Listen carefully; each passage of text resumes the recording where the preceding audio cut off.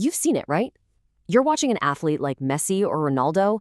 They do something that just seems to break the laws of physics, and you can't help but ask yourself, I mean, how is that even possible?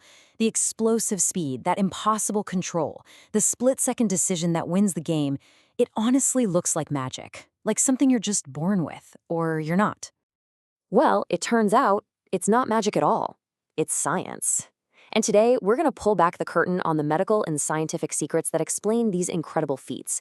And more importantly, we're going to talk about how you can use these very same principles to unlock your own potential. All right, let's get right into it. To really understand what makes someone truly elite, we have to peel back the layers one by one. And we're going to start with the foundation, the physical hardware that powers it all. First up, let's talk about the engine itself, the muscles. Because as it turns out, not all muscle is created equal, not by a long shot. So inside your body, your muscles are a mix of two main types of fibers. You've got your fast twitch fibers. Think of these as the rocket fuel. They're for those sudden, explosive bursts of power, like a sprinter launching off the blocks. Then you have the slow twitch fibers. These are the marathon runners, the endurance engine that lets a player keep going for a full 90-minute match without gassing out.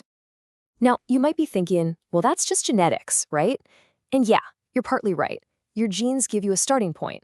But, and this is a huge but, that's not the end of the story. With the right kind of training, you can literally wake up and strengthen those fast twitch fibers, seriously boosting your explosive power. Okay, so explosive power is great, but it doesn't mean much without endurance. And that's where this key number, called VO2 max, comes into play. You can think of it as the efficiency rating for your body's engine. A high VO2 max means your body is just incredible at getting oxygen to your muscles, which is precisely how these top athletes can keep up that insane intensity for so long. And here's the best part. This isn't some secret metric that's only for the pros. Anybody, and I mean anybody, can improve their VO2 max. With things like interval training and good old-fashioned cardio, you are literally upgrading your body's engine. So, the body's hardware is only half of the equation. Now we got to talk about the operating system that runs the whole show, the brain. This, right here, is one of the most powerful and exciting concepts in all of science. It's called neuroplasticity, and what it means is that your brain has this amazing ability to physically change and build new pathways based on what you do over and over again. So how does that actually work? Well, every time you practice a skill, any skill, you're basically carving a little path in your brain. You do it enough times, and that path becomes a paved road and then a superhighway. It becomes a neural shortcut. The skill goes from being clumsy and something you have to think about to something that's just pure automatic instinct. And this is the real game changer. That incredible dribble we see on the field, it's built on the exact same science as learning to play the guitar or becoming fluent in a new language.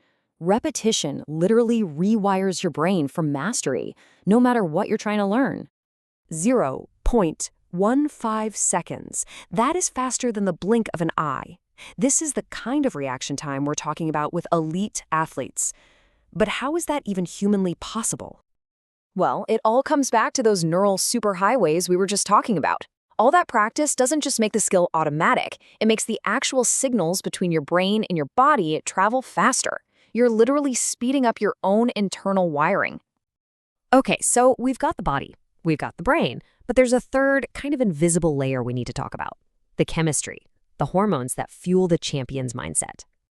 You can think of it like a performance cocktail that your own body creates.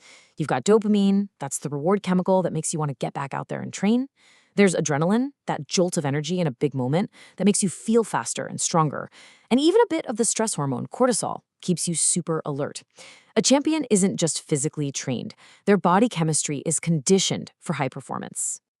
So after looking at the muscles, the brain, and the chemistry, what does this all actually mean for us? How do we apply any of this? It means that greatness isn't a total mystery. It's more like a formula. Sure, genetics gives you a starting point, but that's all it is, a start. The things you actually control are the training, the discipline, and the foundation of it all: sleep and consistency. That's where the real growth happens. And look, let's be realistic here. The chances of becoming a once-in-a-generation talent are, incredibly small. You're probably not going to become the next global superstar. But that was never the point. The real magic is knowing that the exact same science they use is available to all of us. You can use these principles to become a stronger, faster, smarter, more skilled version of yourself right now. And that's really the ultimate takeaway here. Science doesn't just sit back and admire talent. It gives us the blueprint.